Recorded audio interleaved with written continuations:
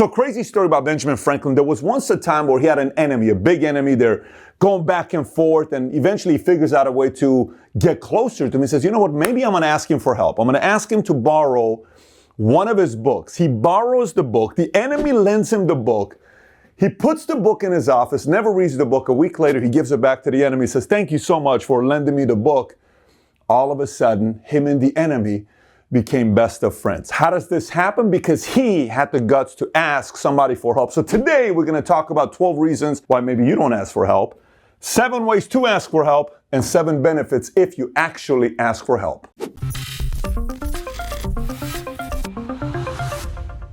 Okay, so if this is a topic you're excited about, I want you to give me a thumbs up as well as subscribe to the channel and stay tuned till the end. I'm going to give you a PDF on today's topic. So let's get right into it. Number 1 reason why we don't ask for help is because it shows weakness. You feel like if I ask this person for help, why would I ask for help? I'm strong. I don't need your help. I can do it on my own. Why would I ask you a question like this? Because we're worried because we're going to seem weak. Number 2, perfectionists.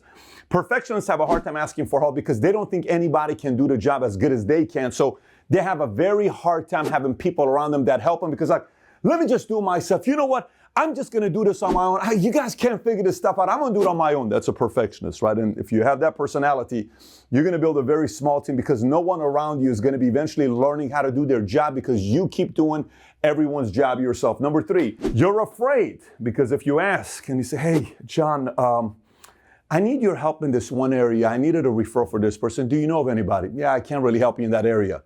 The idea of the other person saying no to you scares you so much because you're so afraid of rejection.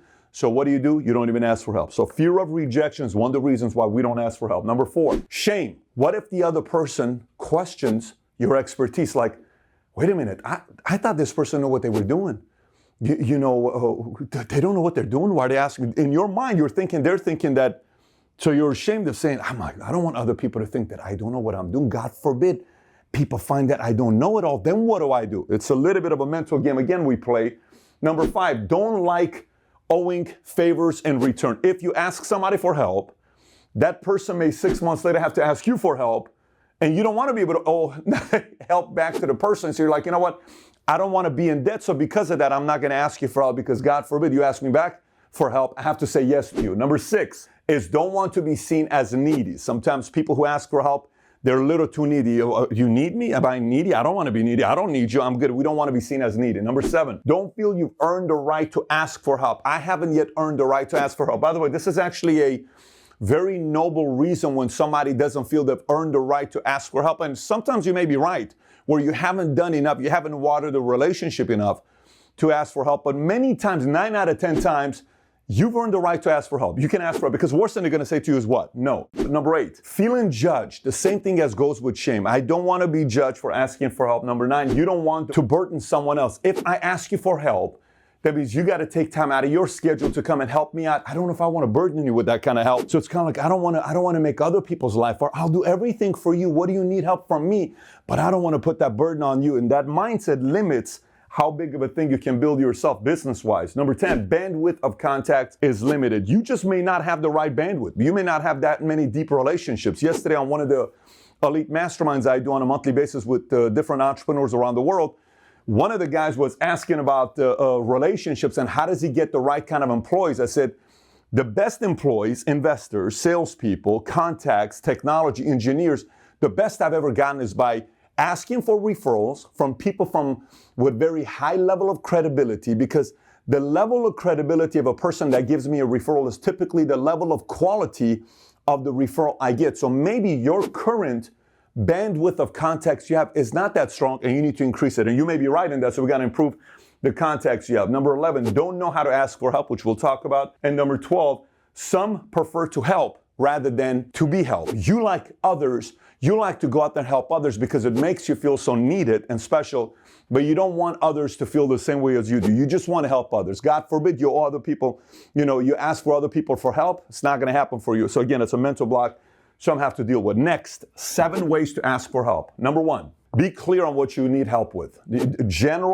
Asking for general help, people don't know how to help. It's got to be specific. Here's what I'm looking for. Do you know anybody who ... Rather than, hey, I'm thinking about doing this. What do you think about this? Can you help me with this? It's general. I'm thinking about doing this. Here's the 5 things I need. Boom, boom, boom, boom, boom. Do you know anybody who can help me get this done? Yes, no, maybe, but at least you're going to be clear on what you're asking for. Number 2, 16 years ago, I'm asking the company I'm working for a lot of things. Can we do this? Can we do this? Can we do that? Can we do this? One of the CEOs who's running this multi-billion-dollar company pulls me aside and says, can I ask you, can I give you some counsel? I said, absolutely. What's that? He said, you ask for so many things that you want to see this company go to the next level. I got to tell you, I love all your ideas. You got a lot of great ideas. He said, but here's the problem. You're dealing with corporate. And sometimes when you're dealing with corporate, they don't like it when you give them 7 things that they need to work on and improve on.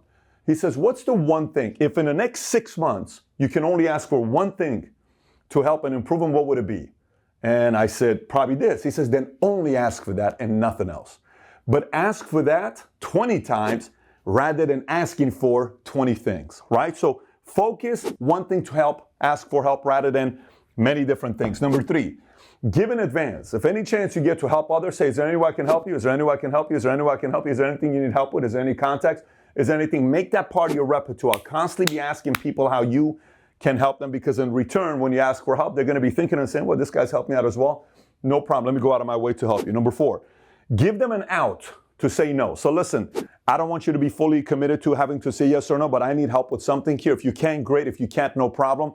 This gives me the ability to not feel pressured to have to say yes or no. And believe it or not, the fact that I'm not pressured to say yes or no, I want to do more for you, if that makes any sense. So say, listen, you may or may not be able to help me out in this area, but if you can, I will greatly appreciate it. Here's what it is. I need that. Do you know anybody? Actually, you know what? I do. Let me think about it. I'll get back to you, and then they'll get back to you. Number 5, thank them regardless of yes or no. So if they say, no, I can't help you, don't give them an attitude. Don't block them on Twitter. Don't block them on text. Just say, hey, all good, totally understand, appreciate you even offering. No, I figured you were going to be busy, but I wanted to ask you anyways. Thank you. Next one, when asking for help, it helps more if you're doing it in person rather than a text or a email or a DM. It's 34, research has shown 34 times more effective if you ask for help face-to-face instead of text, email, or DM. And last but not least over here, if somebody helps you, give credit. Tell the world about it. I am so glad I met Oscar through Bobby. Bobby, thank you, because now Bobby wants to introduce you to more people. I am so glad that I was able to raise money from such and such investment firm because Jack introduced me to them, or else I would have never met them. Thank you, Jack. The more you give credit to people that have helped you, the more people want to continue to help you. My content that I come up with is based on a lot of books, a lot of relationships, a lot of people I've worked with, a lot of mentors, a lot of advisors, a lot of investment, a lot of people I've worked with. And anybody, if there's any feeling people don't like, is if somebody helped you get to where you are today, you got to give them public credit, or else it's going to be like, why am I going to help you more often in your life? So that's that part. If somebody helps you, tell the world about it. Next one is 7 benefits for asking for help. Number 1, you will find solutions to your problems faster. You do it by yourself, it's going to take longer. So imagine how much is it worth you to fix this problem in 6 days versus 6 months? What is it worth you? Speed. Number 2, you got others to be vested into your problem being solved. It's like, hey, did we figure that part out? We did. Did we figure it out? Yeah, we finally were able to raise that money. We were finally able to hire that one person. We were finally able to get that office. Awesome, and I'm so happy for you. I'm glad I was able to help. So people are vested in helping your mission become a reality. Number 3, creates a stronger bond. Remember that whole Ben Franklin with his enemy, the book, Can You Help Me? Thank you for your help. Creates a stronger bond. Number 4, a sign of a big thinker. The bigger you think, the more help you need. You're comfortable asking other people for help. Number 5 is humility is healthy. Asking for help means you don't know it all. People like humble people. It's more attractive. It's also better for your mental health because you don't feel like you're all by yourself, because the last point is what? Loners carry heavy weight. When you ask for help, you are rarely alone because others want to come for the ride with you. So having said that, if you got value from today's episode, smash thumbs up and subscribe to the channel and text the word ask for help to 310-340-1132, 310-340-1132. You will get the PDF what we talked about in today's episode. And outside of that, if you enjoyed this video, I got another video for you to watch. It's titled 10 Questions Everyone Must Ask. Take care, everybody. Bye-bye.